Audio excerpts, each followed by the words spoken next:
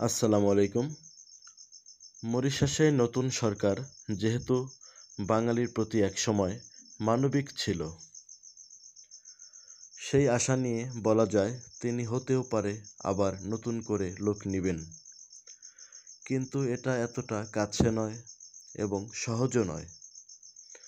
কারণ আমাদের দেশের সরকার এবং চারপাশ মিলিয়ে আগে মিটিং, বৈঠক এবং আলোচনা হবে, তারপর সিদ্ধান্ত হবে। এখনও এই ব্যাপারে কোনো ধরনের কথাই ওঠেনি। মরিশাসে আসার জন্য যারা বিভিন্ন স্থানে নানান গুজব শুনেছেন, তাদের উদ্দেশ্যে কিছু কথা বলি।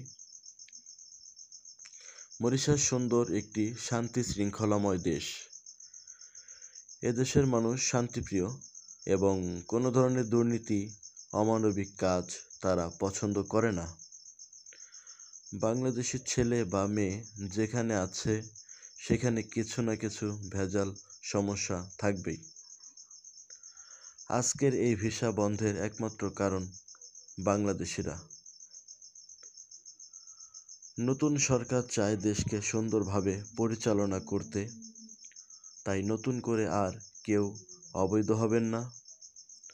অল্প খরচে বর্তমানে অন্যান্য দেশগুলোর তুলনায় করে সৌদি আরব, দুবাই, কুয়েত, কাতার, মালয়েশিয়া এসব দেশ থেকে তুলনামূলকভাবে মরিশাসে অনেক বেশি বেতন পায় শ্রমিকরা এবং দ্রুত সময়ের মধ্যে আসাও যায়, খরচও অনেক কম।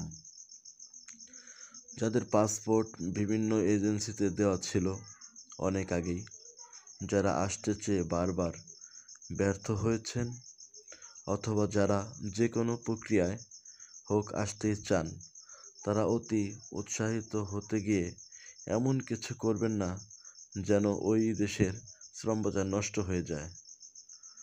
সবার প্রতি শ্রদ্ধা এবং ভালোবাসা রেখে মরিশাস বাংলাদেশি শ্রমবাজার খোলার আগে অবশ্যই বাংলাদেশ হাইকমিশনার নিযুক্ত মরিশাসে যারা আছেন তারা সরকারের সাথে আলোচনা, সভা, বৈঠক, মিটিং করবেন, তারপর সবাই জানতে পারবেন।